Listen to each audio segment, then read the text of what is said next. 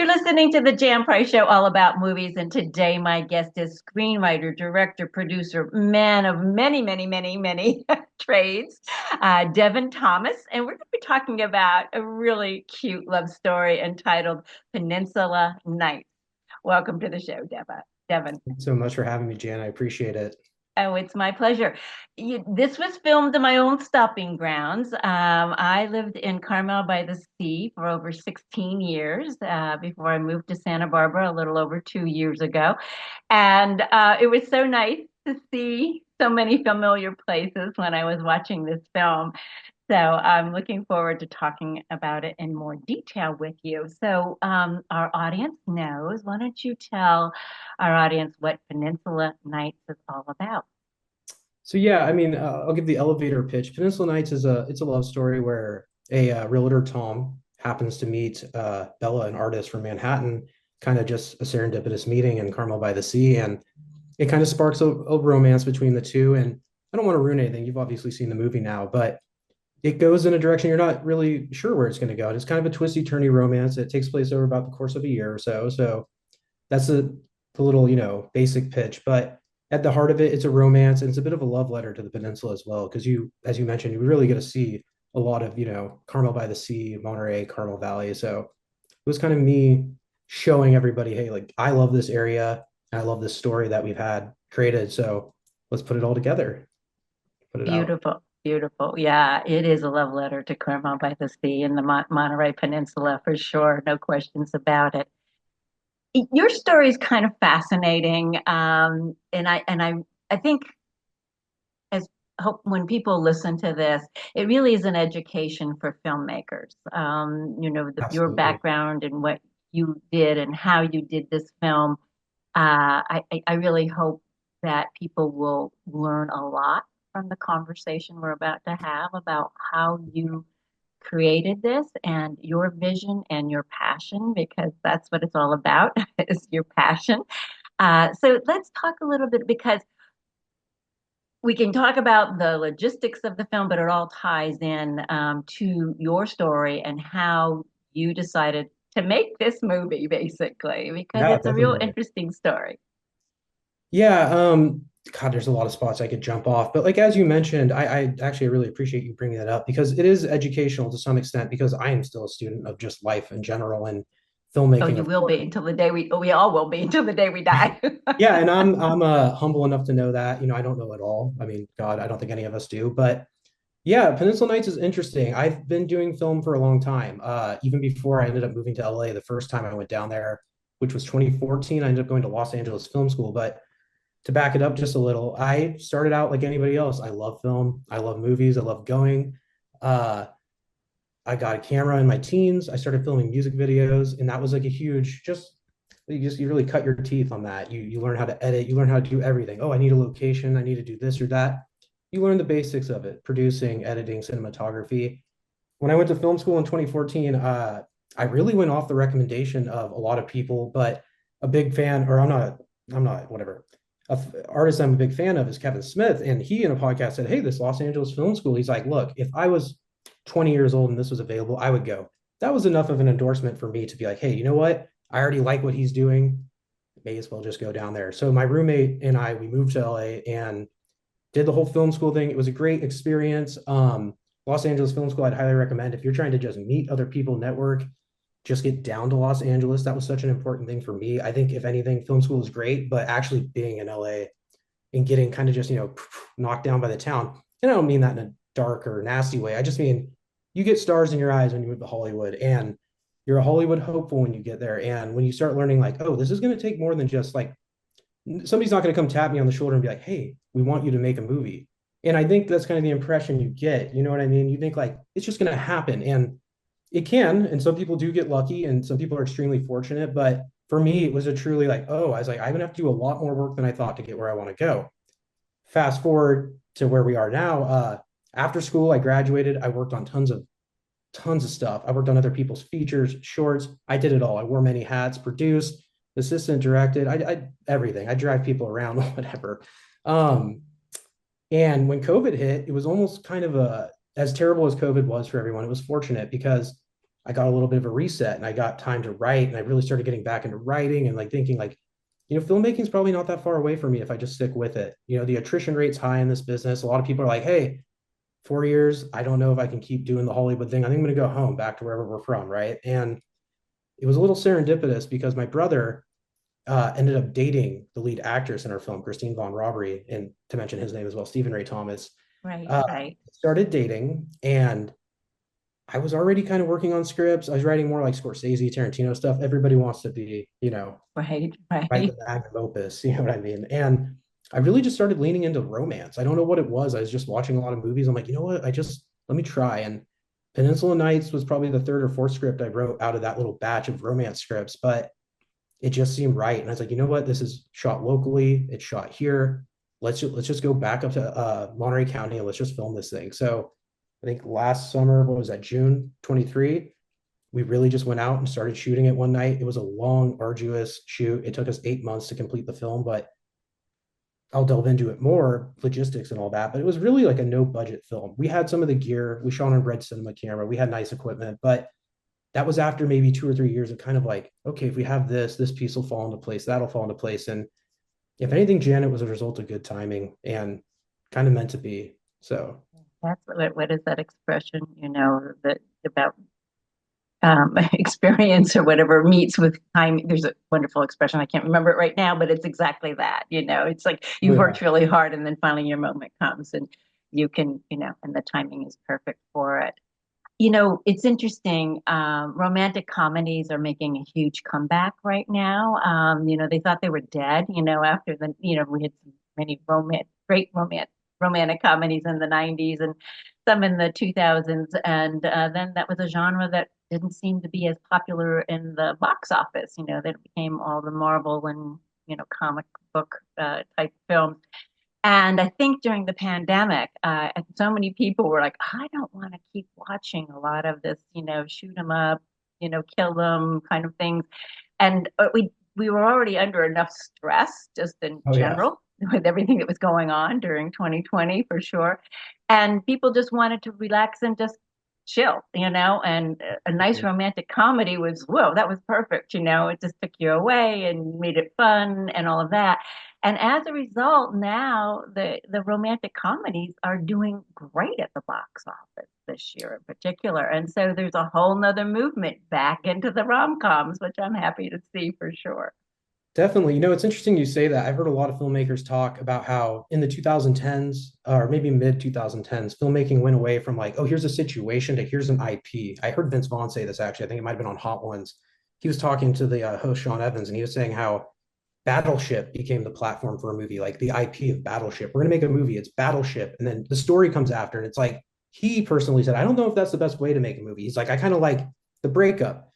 Some Chicago guy is in a breakup with his girlfriend, and we see that scenario play out. It's so simple, but I mean, it's so relatable. We all have been in a breakup, or we've all been in X, Y, and Z scenario. So romantic comedies, although they're simple and maybe an understated type of film, there's no explosions and VFX, it is the story that is so relatable. And I started really noticing this when I started revisiting, like I mentioned Kevin Smith, but also like Joe Swanberg, Mark Duplass, Sean Baker, all these guys they truly are self-made filmmakers. They came kind of from I don't know, from the bottom up.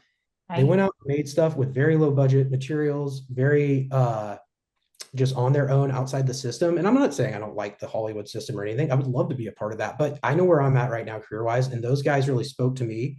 I saw what they were doing and it was like, you know what? That's the path of least resistance for me right now. So that's the one I'm going to hit. And if I could be educational to people in any way, it's like, I think other young filmmakers, because I'm 31, I'm not a spring chicken, but I'm not, one of You're these not older old. men yet, an old hand per se at the game. I'm just trying to figure it out myself as well. And this seems like the path of least resistance and like the right path to be on. So other young filmmakers, if I could like speak to them, it would be like, if you really want it to happen, you need to just go out and do it on your own merit. Don't worry if you have an Arri Alexa or a Sony Venice. Your iPhone could be a great camera. I mentioned Sean Baker. I'm sure you're familiar with him. He's on top of the Right, world right right, now. He just won Cannes. I mean, 10 years ago, this guy was making a movie on an iPhone, Tangerine. And I think he right. won Sundance or had some pretty, big success there. So don't be limited by what you have. Because I used to think that. I used to be like, oh, I can't do it because I don't have enough. I don't have an actor. My actors were phenomenal. I love them. I would use them again and again. I know they're not name actors yet, but I think that this is their platform to get out there and actually grow off of that. This is my platform to grow as a director, writer, etc. So any move you make, even at this level, I think it's just so impactful. The ripple effect goes very far. Yeah, it really does. And you're right. Sean Baker was one of the first. Steven Soderbergh is, Oh yeah, making films on an iPhone. I mean, come on, if it's crazy. it is. I mean, anybody can go out and make a movie. I was just watching something, and they said that anybody can go out and make a movie nowadays. Just go do it, if you want to do it. And it's following your heart and your passion. And if you're waiting for, that big break, you have to make your own breaks. It, Absolutely. got to I think I create was them. waiting for somebody to give me permission at some point, and I kind of started looking around. I'm like, it's just on you. And my brother, Steven, he's more than an actor. He helped edit the film. He's extremely involved. Honestly, uh, he and I we talk about it every night. We talked about it for 10 years. I was like, like one day we'll make a movie, one day, and then it kind of one day came. I think honestly, the existential turning 30, I was like, hey, it's 30. Like I thought 25, and now I'm 30. I'm like, I think I really need to do this. So the existential clock was ticking, and that really motivated me. But yeah, like just everything kind of came together on this. So Well, sometimes you just have to do it. Just do it, as they say. You know, it really is. It's, jumping off the cliff and not being worried about whether what's going to happen at the end of jumping off that cliff. And that's what makes the people that we admire so much. That's what they all had inside of them. They had a passion and a drive, and they weren't going to let anything stop them from succeeding to do what they love to do. And I think so many people start and then they stop because, fear sets in, or lack of money or whatever it may be. But you just keep believing and oh yeah. trusting, then you will succeed. I really do. Yeah, we were able to take that leap of faith because of I think who we, were as people and Christine and Stevie as well. I mean, we all were living together when we started making the film. So it was just all three of us. I was the camera op. I mean, I don't need to go through the whole list of stuff, but it was Oh, literally a you one. did everything. This was a family affair. Yeah, This at is least. definitely a family affair. There's no question about it. And you wore many, many, many hats through this. And Stephen Ray, your brother, Oh yeah. Stephen Ray Thomas, who plays the lead, he did also. When you watch the credits, it's the Yeah, Thomas family. we were kind of like doing the credits. I'm like, I don't know. I don't want to, be too self-indulgent, but I'm like, as indulgent as it may look on those credits, it is the truth. And Yeah. it's a testament to just independent filmmaking. Like I'm extremely proud to be able to be like, I just be a part of the bigger American independent film scene. I think Peninsula Nights is going to take time to mature and be one of those movies that people maybe come back to and revisit. Like, oh, that was his first movie, but it's the tip of the iceberg for us. And as a jumping off point, I couldn't be happier. I mean, this movie was made with blood, sweat, and tears. It took a lot.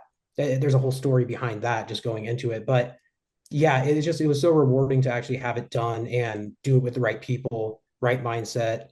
It really is a testament to independent filmmaking. If you really want to do it, like you said, I'm not being held back by money or anything. That passion, that artist heart in me, like it is burning bright. And I really just chased it. And uh yeah, like I said, I couldn't be happier with how it came out. And Peninsula Nights has been doing pretty well just in our release. Ironically, it's 2024. You'd think this movie would just go straight to streaming. It's actually been quite an interesting journey. I ended up deciding to bring it to a theater in Pacific Grove, Lighthouse Cinema. And we were like, okay, the movie takes place here. Let's do it somewhere local, regionally. The first night we had it was completely sold out. It's only 250 people, but for me, 250 people, it felt like we had won Sundance. We felt the high of our Yeah. life. The Q&A after, I was so shy. I was like, I don't even know if we should go up there and do it. The theater owner grabbed me. He's like, get up there now. Credits are rolling. I'm like, are you serious? He's like, people don't. They're expecting you to go up there. It was magical. It was probably one of the best nights I've had ever just in my life. And just having that fulfillment spiritually and seeing how people reacted. I mean, people were saying comments. I'm like, I can't believe it. It's almost like it's just surreal. The movie worked and it worked more than just like, oh, like my family and friends got to see. It was like people are seeing this and like people are coming up after and being like, I relate to this. Oh, I'm so and so in the movie. I'm Tom. I had one gentleman be like, I have a very small cameo in the film. I played the Uber driver, but some guys like, I related to that so much. I'm like, wow, like, I was on screen for a minute, but I'm like, it's cool that you still related to it in some capacity. So I always tell everybody, especially during Q&As, I'm searching for the universal truth of life. And I think that maybe it's romantic comedies that provide that for us. Maybe it's Marvel movies, but whatever it is, if you can find the universal truth in art, I think that's what's most important to people. So I know there's a bit of a tangent, but No, no, that's beautiful. yeah, I I like think that. universal truth is what I'm seeking in anything we're making. So, and hopefully that's what translates to people. Well, here you are. You've made this film. It's the true meaning of the word independent. There's no Yeah. question about it. No studios behind you. You just went off and did it, and then you end up on Amazon Prime. So I want to hear that story because that in itself has got to be it's pretty amazing. So kudos to you that you were able to get on Amazon Prime. I'm sure it's not easy at all to No, have your yeah. film on Amazon. And so tell us that story. How did that come about? Yeah, it's interesting. So we did our theatrical release and we were gonna do festivals, but festivals just were so far out. It was like a 6 or 7 month wait. And I just kind of like my brother and I talked about, I'm like, I love film festivals, but I was like, I really like, I don't want to wait 6 or 7 months to start working on the next thing because I haven't had that closure on Peninsula Nights.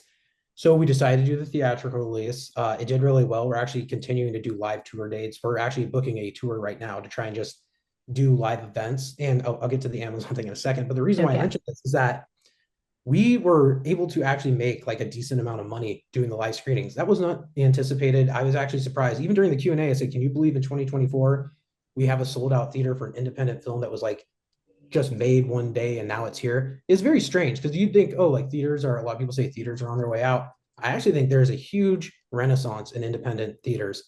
The theaters that Yep. are willing to let young filmmakers in are going to be the theaters that last. I love Alamo Drafthouse, AMC, all these big guys. You can broker deals with them directly. And that's something we're interested in doing in the future. But for the little guys like the Lighthouse Cinema or, Tarantino, he's got his theater, the El Rey, New Beverly, they're welcoming people in that are just not a studio or not a name. And that's like food for thought. It's just a very easier, not easier, but it's a profitable way for somebody to go out and actually get some return on their independent film. As far as Peninsula Nights goes, we're very happy. We've broken even. We're already in pre-production on our next film, Fill It All Around. So it's feeling like there's a forward momentum. When it came to streaming, we ended up brokering that deal with Amazon ourselves. American Art House is a distribution company that we created. And I kind of told my brother, I was like, in 10 years, if American Art House has, 20 movies, 30 movies, 100 movies under it, because other filmmakers were willing to help and put that out there. Hey, you want to get on Amazon? I have built the relationship. I'm an ethical, trustworthy person. I'm not some man behind the screen on the internet. If you want to come to me, we can make a fair, honest deal. And it's not even really about money at this point for me. It's really just I'm an ethical guy. I want to just see other people succeed. And Amazon's was the best platform 100% right now for independent filmmakers. There's other aggregators and stuff out there. I won't disparage any of them. That's not what I'm here to do. I didn't get a sense of trust with them, and I read a lot of horror stories, and I was like, you know what? I've been, what do you call it? Taken advantage of. There's probably a better word for it. I've been screwed in the business a few times, to say the least. And I've done other entertainment art, and I get it. It is the nature of the beast. It doesn't have to be that way. I think when you're young and you don't have the business acumen per se, you tend to trust people because you're like, well, I really want this. And I kind of got to that point where I'm like, pump the brakes. I'm not rushing it. I want to go into this with as much information and education as I have. So when we started American Art House, that was a big reason. I was like, you know what, Amazon wants a distributor. I was like, I'll be the distributor. We'll put out our own stuff. We're going to make the profit that we want to make without giving up too much of a percentage, and we own the rights in the end. So I've heard a lot of other filmmakers say this as well. We're in a place where like building your own catalog and becoming your own studio. You don't not necessarily don't need the other people. And like I said, I'm open to working with these other bigger entities. But right now, may as well keep as much in our pocket and keep as much ownership until that day comes and this matures into something greater. But yeah, I think the Amazon deal on that note, it was a huge, huge win for us. We felt it. I mean, when they emailed us back and we just started the dialogue, I was just like, I can't believe this. So, because having it on Amazon is very legitimizing and it's accessible. Everyone's got Amazon. I mean, your controller for your TV probably has a button that says Amazon. So Right, it's as right, easy as that right. these days. Yeah, that is so great. I love it. I love how you created your own distribution company and keeping it all there. I think that's fabulous. A group of, again, I wish I could remember the theater. First of all, I've preached constantly and have for over 8 years since the show premiered. That movies need to be seen in the movie theater, and it has a whole different experience. I have watched films at home, And then I've gone to see them in the theater because, well, anyhow, I won't even usually because they're screening the film with a Q&A. We have a wonderful independent film theater here, and they just made a deal with another one. So we're real excited that Santa Barbara International Film Festival owns the Oh, theater. yeah. They bought it and they renovated it, and they bring in these fabulous films, but they bring in a director or the actor or several people from the film afterwards for a Q&A. And I mean, this weekend they had Saturday night with Jason Reitman, and so they bring in these people all the time. And now that the fall season's coming in, this is, we'll be gearing up and seeing all kinds of fabulous films in the Q&A. And so that that is just an amazing treasure that we have here. But a group of directors and actors just purchased an old theater in LA that was going into disrepair, and they weren't showing screening, and they're all been renovating it. And I wish I could remember the name, but that shows how much filmmakers believe in independent films and independent film theaters, that they're so important. And each town, if you have an independent movie theater in your town, please go support it. They don't make a lot of money, and say you really should support them if you really love seeing different, out of the ordinary mainstream movies. I mean, you can only see so many shoot 'em up kind of Yeah. movies after a while. It's just the same story, but there's always interesting, you know, real interesting films. Like I just went to see White Bird. Well, there's not much out there about White Bird. I loved it. It was just this wonderful, wonderful movie, and it's a love story underneath all of it's during World War II. But it's the really well done film, and so those films need to be seen. And your film is one of those that needs to be seen too. So, if you are just tuning in, my guest today is director, screenwriter Devin Thomas, and we are talking about Peninsula Nights, and we're having a really interesting discussion about independent filmmaking. So you said there's a backstory, and I don't want to skip over that. We have about 5 minutes or so, but you said there was an interesting backstory to making this film. So do you want to delve into that a little bit? Sure. Just on one note before we get into that, I just want to say shout out to Lighthouse Cinema, David Diaz in Pacific Yes, Grove. He is yes. doing huge things like you were just saying for independent cinema. If you are a filmmaker and want to get a hold of him to do a screening with a Q&A, like Jan said, there is no other place better to see a movie than the theater. It's a experience in its own. I remember every movie I've seen in theaters. I always be like, I saw that one in theaters. I remember it. One little quick note on that too. When I was at LA Film School, I had the chance to see two really great movies come out in the same year. It was Birdman and Whiplash, both with Q&As with J.K. Simmons, Miles Teller, and then with Birdman, I got to see it with Alejandro Gonzalez Inarritu, and I think John Lesher, the producer from Paramount Vantage.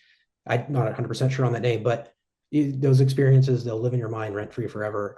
Like you said, there's nothing like it. So, That's why one of the main reasons I moved to Santa Barbara was because of the Santa Barbara International Film Festival. I had been coming down every year for over 15 years to this film festival, uh, and it's a movie town, and people love film here. And there's a lot of very famous people and people that are not so well known that live in this community.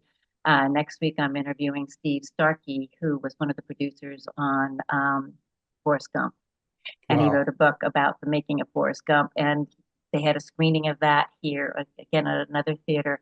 Over the summer, they did Robert Zemeckis films, and they did them for 4 Saturday nights. And each week they brought somebody from the film. So they had Roger Wow. Rabbit, they had Back to the Future, and so it was really interesting stories. And Steve was interviewed, and oh my gosh, I can't wait to interview him next week because he was full of really amazing stories about the making of that film, which is to me a it's a classic. So So much it was history good to see here. those Yeah. films back in the movie theater again. Is my point. Is that on the big screen we've all had our DVDs of them, I'm sure, in our DVD library. But Oh, yeah. there's something different about going to see the film in a big screen with an audience that you hadn't, as again, films that had come out, 20, 40 years ago, that are coming, that they were showing. And it was just a wonderful, wonderful experience. I said to the theater, I said, are you going to do that again next year? They were doing it for their 100th anniversary. So, Oh, but quite a anyhow, treat. Yeah. it's important to see it. But having said that, love Amazon, and the streaming services, because when you can't get it, if they're not being seen in the theater, you have them right there for yourself to see them. So it's great. And to talk about, I'm going to now. one more thing. That's okay. Right now on one of the rivals, well, on Netflix, I'll say Netflix, they have a huge success with Nobody Wants this wonderful romantic Oh yeah. comedy with Kristen Bell and Adrian Brody, and everybody's talking about it. And it was a 10-part series, and everybody zipped through it, real fast. And we're going, I hope there's a second season. So they did announce the second season, and people are eating it up, and people are all over the internet talking about this. So yeah, romantic comedies are coming back. Yeah, I don't know how much time we have left, but We probably um have about a minute now that I've a minute, to say real the quick. least. I agree with you. I think that romantic films, romantic comedies, romantic dramedies. I had somebody tell me Peninsula Nights is a philosophical romance. So whatever you want to take it as, it's a little bit of like Richard Linklater, a little Kevin Smith. I didn't get to Yeah, mention Joe Swanberg's another influence that he truly is an American pioneer of like zero budget indie filmmaking. And he has all of his peers have gone on from the Duplass to Greta Gerwig. They've become super successful. He's very successful as well. Uh, those are the people that really opened my eyes to independent filmmaking. Maybe next time we'll dive deeper into the backstory, but I think we covered a lot of ground here regardless. But we have. yeah, I just on that final note though, I totally agree with you. I think that independent filmmaking is alive and well. I think that this is the time if you are an independent filmmaker, go for it because uh there's so much resource, there's so much ability. You could probably go to Best Buy and finance a movie on a credit card. That is my honest opinion. It all depends on how you think here and what you see here. So Right, right, right. uh, I agree with you. So yeah, this is what the show is about. Is about focusing on independent and documentary filmmakers because they don't always have a place or a platform to talk about the films that they've made. So it was a pleasure to have you on the show. Really do wish you much success with Peninsula Nights, and those of you who have Amazon Prime, please go seek it out. You'll enjoy it. So, thank you, Devin. all Great right, to thanks so see much, you. Jan. Have Thank a good you. day. Have a great day. Bye bye.